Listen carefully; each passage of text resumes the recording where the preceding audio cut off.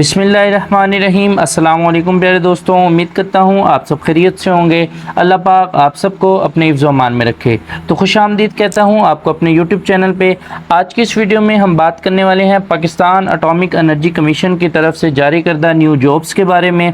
और इस वीडियो में हम जो है देखेंगे कि कौन कौन सी जॉब्स जो हैं वो अनाउंस की गई हैं, उनके लिए मिनिमम अकेडमिक क्वालिफ़िकेशन कितनी चाहिए, एक्सपीरियंस कितना चाहिए, उन जॉब्स के लिए टर्म्स एंड कंडीशंस क्या हैं, और उसके साथ साथ मोस्ट इम्पॉर्टेंट कि आप इन जॉब्स के लिए कैसे अप्लाई कर सकते हैं।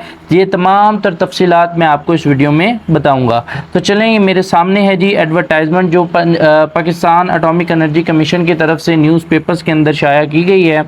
तो इसमें जो है 6 डिफरेंट वैकेंसीज़ हैं। पहली है जी जूनियर असिस्टेंट की, और ये कॉन्ट्रैक्ट बेस है। इसका स्केल जो होगा, पे स्केल, वो 3 होगा। इसके लिए जो एकेडमिक क्वालिफ़िकेशन आपको चाहिए वो आप मिनिमम जो है FA हो या FSC हो, ICOM हो या DCOM हो, फर्स्ट डिवीजन के साथ, और उसमें 6 मंथ्स ऑफिस ऑटोमेशन का कोर्स भी रिक्वायर्ड है। उसके बाद है जी नेक्स्ट केयर टेकर की जॉब है, ये भी कॉन्ट्रैक्ट बेस पे है और इसका भी स्केल जो है वो 3 है। अच्छा, इसके लिए जो रिक्वायरमेंट है वो इंटरमीडिएट है, कम से कम FSC होनी चाहिए 12वीं क्लास, और 3 इयर्स एक्सपीरियंस होना चाहिए आपको इस रेलिवेंट फील्ड में। उसके बाद नेक्स्ट जॉब है प्यारे दोस्तों मुअज्जिन की, कारी की। ठीक है, ये भी तीसरे स्केल की जॉब है, और इसके लिए जो मिनिमम रिक्वायरमेंट है वो है जी मैट्रिक हो, और उसके साथ साथ हाफिज़ कुरान और कारी होना जो है लाजमी है। उस नेक्स्ट जो है वो है टेक्नीशियन की जॉब है। ठीक है जी, इलेक्ट्रिकल हो सकता है, ड्रिलर हो सकता है, ये भी कॉन्ट्रैक्ट बेस की है, और इसका जो स्केल है वो तीसरा है। और इसकी जो एकेडमिक क्वालिफ़िकेशन रिक्वायरमेंट है वो है जी FSC प्री इंजीनियरिंग के साथ होनी चाहिए और फर्स्ट डिवीजन के साथ होनी चाहिए। अच्छा, या फिर मैट्रिक हो साइंस के साथ और फर्स्ट डिवीजन के साथ, और उसके साथ साथ 2 years apprenticeship certificate with 2 years relevant experience and skill test. ठीक है, आपका 2 साल एक्सपीरियंस भी होना चाहिए इसके अंदर। उसके बाद नेक्स्ट है जी टेक्नीशियन की जॉब, और डोज़र ऑपरेटर की है, ऑटो इलेक्ट्रीशियन की है, मैकेनिक की है, और ये भी कॉन्ट्रैक्ट बेस है, और इसका जो स्केल है वो है दूसरा। इसके लिए जो रिक्वायरमेंट है वो मैट्रिक है साइंस के साथ, और मिनिमम कम से कम सेकंड डिवीजन लाजमी होनी चाहिए, और 50% मार्क्स जो हैं वो आपके मैट्रिक में लाजमी हो। उसके साथ 6 इयर्स एक्सपीरियंस, आपका 6 साल एक्सपीरियंस जो है वो मैकेनिक के तौर पे लाजमी होना चाहिए। Matric with science minimum second division, उसके साथ साथ आपकी मैट्रिक जो है सेकंड डिवीजन और 50% मार्क्स हो, और 1 ईयर टेक्निकल कोर्स जो है वो ड्राफ्टिंग का विद 5 ईयर एक्सपीरियंस, और उसके साथ साथ 5 साल आपका तजर्बा भी उसमें होना चाहिए। उसके बाद है जी नेक्स्ट टेक्नीशियन की जॉब है, ये भी कॉन्ट्रैक्ट बेस पे है, और इसका स्केल है 1, और इसकी जो रिक्वायरमेंट है वो है जी मैट्रिक विद साइंस है, और सेकंड डिवीजन के साथ होनी चाहिए, कम से कम 50% मार्क्स उसमें होने चाहिए। उसके बाद प्यारे दोस्तों बात करते हैं टर्म्स एंड कंडीशन की। तो पहली है जी no third division in the entire academic career, कि जितनी भी जॉब्स हैं उसके लिए जो एकेडमिक क्वालिफिकेशन है वो किसी में भी थर्ड डिवीजन नहीं होनी चाहिए, कम से कम सेकंड डिवीजन या फर्स्ट डिवीजन आपकी होनी चाहिए। उसके बाद कहता है जी where the prescribed qualification is first division in the final degree certificate, only 1 second division in the entire academic career from matric to onwards will be acceptable for eligibility. यानी अगर किसी जॉब के अंदर उसने फर्स्ट डिवीजन मांगी है, यानी अगर आप पहली बात करें जूनियर असिस्टेंट की, तो उसमें फर्स्ट डिवीजन उसने FA या FSC में मांगी है, तो उसमें वो कहता है कि आपकी एक जो एकेडमिक डिग्री है उसमें सेकंड डिवीजन एक्सेप्ट की जा सकती है, लेकिन एक से ज़्यादा डिग्रीज में अगर सेकंड डिवीजन हुई तो फिर आप एलिजिबल नहीं होंगे। अच्छा, उसके बाद है जी first division first class mean 60% marks of annual system of examination. तो फर्स्ट डिवीजन का मतलब ये है कि आपका जो सालाना इम्तिहान के बाद जो डिग्री है आपके पास उसमें 60% नंबर लाजमी हो। एज की बात करें तो एज लिमिट है 18 से 35 साल, 18 से कम वाले इसमें अप्लाई नहीं कर सकते, और 35 साल से ज़्यादा वाले इसमें अप्लाई नहीं कर सकते। The selected candidates can be appointed anywhere in the Pakistan, जो लोग सिलेक्ट होंगे वो पाकिस्तान में किसी भी शहर में अपॉइंट किए जा सकते हैं। ठीक है, उसके बाद experience will only be considered if required after the minimum prescribe qualification against each post, यानी उसने जो हर पोस्ट के बारे में जो आपकी क्वालिफिकेशन है, डिग्री चाहिए, वो डिग्री होने के बाद अगर आपके पास उसका एक्सपीरियंस भी है बहुत ज़्यादा तो फिर आपको प्रेफर किया जाएगा। लेकिन जो सबसे ज़्यादा इंपॉर्टेंट है वो आपके पास उतनी क्वालिफिकेशन होना ज़रूरी है। अगर FA मांगा है तो FA होना चाहिए, अगर मैट्रिक मांगा है तो मैट्रिक होना चाहिए। उसके बाद अगर आपके पास तजर्बा है तो वो आपके लिए बहुत फ़ायदेमंद साबित होगा। अच्छा, उसके बाद है जी experience. Candidates must have obtained all educational certificate, diploma, degree from government recognized institution.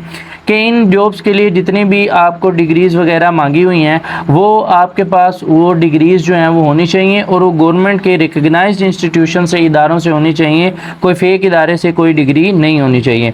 Candidates already employed in government and semi government organisation must apply through proper channel. के जो लोग गवर्नमेंट या किसी सेमी गवर्नमेंट इदारे में काम कर रहे हैं वो प्रॉपर चैनल के ज़रिए जो है वो इसके लिए अप्लाई कर सकते हैं। Only those candidate who fulfil prescribed eligibility criteria में अप्लाई।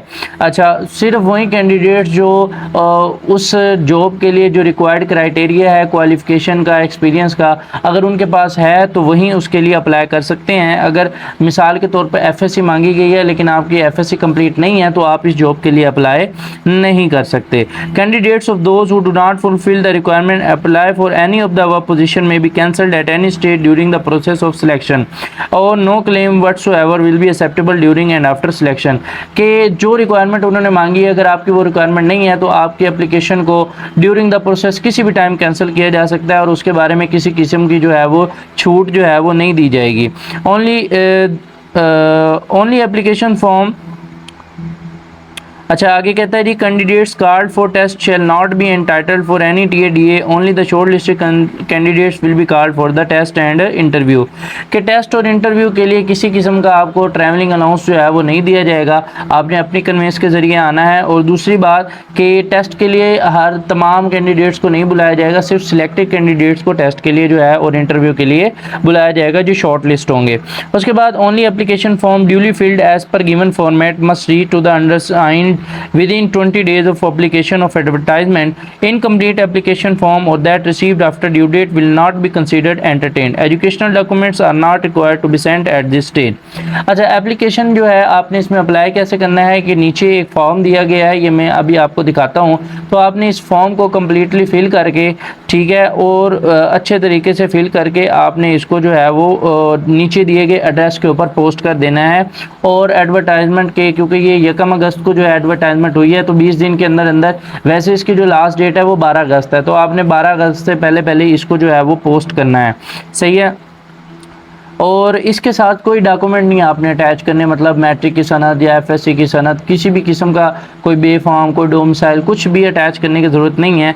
जस्ट आपने ये एक नीचे फॉर्म है, ये एप्लीकेशन फॉर्म, इसको फिल करना है। फिल करने के बाद आपने इसको जो है ये एड्रेस जो दिया हुआ है नीचे, administrator PO box number 1 Kohat, ठीक है, ये इस एड्रेस पे आपने इसको क्या कर देना है, पोस्ट कर देना है। If a large number of application were received the most eligible candidate will be short listed for test. अगर वो कहता है जी अगर बहुत ज़्यादा कैंडिडेट्स जो हैं वो अप्लाई कर देते हैं तो उसमें हम जो है वो सिलेक्टेड कैंडिडेट्स को सिर्फ जो है वो इन टेस्ट और इंटरव्यू के लिए शॉर्टलिस्ट करेंगे।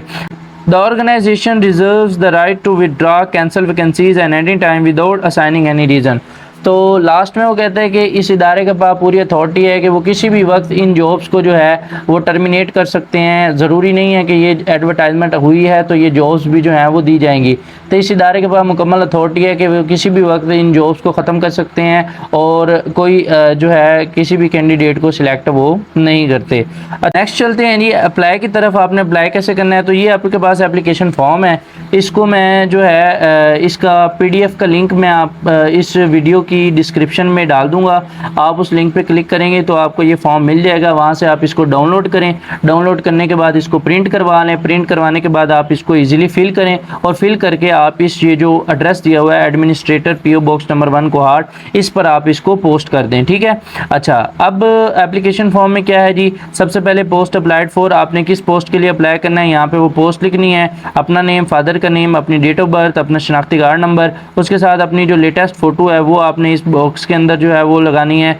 मैरिटल स्टेटस क्या है, सिंगल है, मैरिड हैं, जो भी हैं। नेशनैलिटी क्या है आपकी, डोमिसाइल का जो है प्रोविंस और सिटी कौन सा है, सूबा और शहर कौन सा है, पोस्टल एड्रेस और प्रेजेंट एड्रेस लिखना है, कॉन्टैक्ट नंबर लिखना है, रिलीजन बताना है। उसके बाद सेकेंडरी स्कूल सर्टिफिकेट है आपका, यानी मैट्रिक का, ठीक है, आर्ट्स के साथ की है, साइंस के साथ की है, स्कूल कौन सा था, किस सन में पास की है, टोटल मार्क्स कितने थे, कितने कितने मार्क्स आपने लिए हैं और कितने वो परसेंटेज बनती है। उसके बाद हायर सेकेंडरी स्कूल सर्टिफिकेट है जिसमें आपकी एफएससी या एफए आईकॉम आ जाएगा। तो उसमें आपने बताना है कि वो आपने प्री मेडिकल किया है, प्री इंजीनियरिंग किया है, आर्ट्स के साथ किया है एफए, तो स्कूल या बोर्ड का नाम आपने लिखना है, ठीक है। उसके बाद पासिंग ईयर आपने लिखना है, टोटल मार्क्स कितने थे, आपने कितने हासिल किए, परसेंटेज। अच्छा, अगर उसके बाद ग्रेजुएशन की हुई है या कोई और आपने कोई डिप्लोमा जो है ग्रेजुएशन के अलावा कोई और डिग्री आपके पास है, बीए की है या वैसे है, तो वो भी आप इसके अंदर मेंशन कर सकते हैं। उसके बाद टेक्निकल कोर्सेज हैं, अगर आपने किए हुआ है, कोई डिप्लोमा किया हुआ है मैकेनिकल का, इलेक्ट्रिकल का, टेक्निकल कोई भी डिप्लोमा किया हुआ है, तो वो आपने लिखना है। उसका ड्यूरेशन लिखना है, 3 मंथ का किया हुआ है, 6 मंथ का किया हुआ है, 3 साल का किया हुआ है, कब से कब तक किया है, और उस इदारे का नाम आपने लिखना है। उसके बाद जॉब रिलेटेड एक्सपीरियंस आपने लिखना है यहाँ पे कि कौन सी जॉब है, पोस्ट आप किस पोस्ट पे काम करते रहे हैं, ठीक है, और किस डिपार्टमेंट में काम करते रहे हैं, कब से कब तक करते रहे हैं, और आपके काम की नौइयत क्या थी। एप्लीकेशन की डेट और अपना सिग्नेचर करके आपने इस फॉर्म को अच्छे से फिल करना है। फिल करने के बाद आपने पोस्ट ऑफिस के ज़रिए ये जो आपको एड्रेस मिल रहा है administrator PO box number 1 Kohat, आपने इसको वहाँ पर सेंड कर देना है। उसके बाद जो है आपको शॉर्ट लिस्ट कर लिया जाएगा। अगर आप सिलेक्ट होते हैं तो आपको कॉल या मैसेज के ज़रिए इन्फॉर्म कर दिया जाएगा कि आपका इस दिन टेस्ट है, या आपका उसके बाद टेस्ट क्लियर करते हैं तो फिर इंटरव्यू के लिए भी आपको बुलाया जाएगा। तो ये तमाम तर तफसीलात थी पाकिस्तान एटॉमिक एनर्जी कमीशन में जॉब्स की। बेहतरीन अपॉर्चुनिटी है, आप इसमें अप्लाई करें। कोई इसके अंदर कोई फ़ीस नहीं भरनी पड़ रही है आपको। प्रोसेसिंग सिंपली जो है आपने इसको फॉर्म को फिल करना है, फिल करने के बाद आपने इसको पोस्ट कर देना है। इस तरीके की नई जॉब्स की अपडेट्स के लिए इस चैनल को सब्सक्राइब करें, बेल आइकन पे लाजमी क्लिक करें ताकि नेक्स्ट अपलोड होने वाली हर वीडियो का नोटिफिकेशन आप तक पहुंच सके। मिलते हैं नेक्स्ट वीडियो में, तब तक अपना ख्याल रखिएगा। खुदा हाफिज़।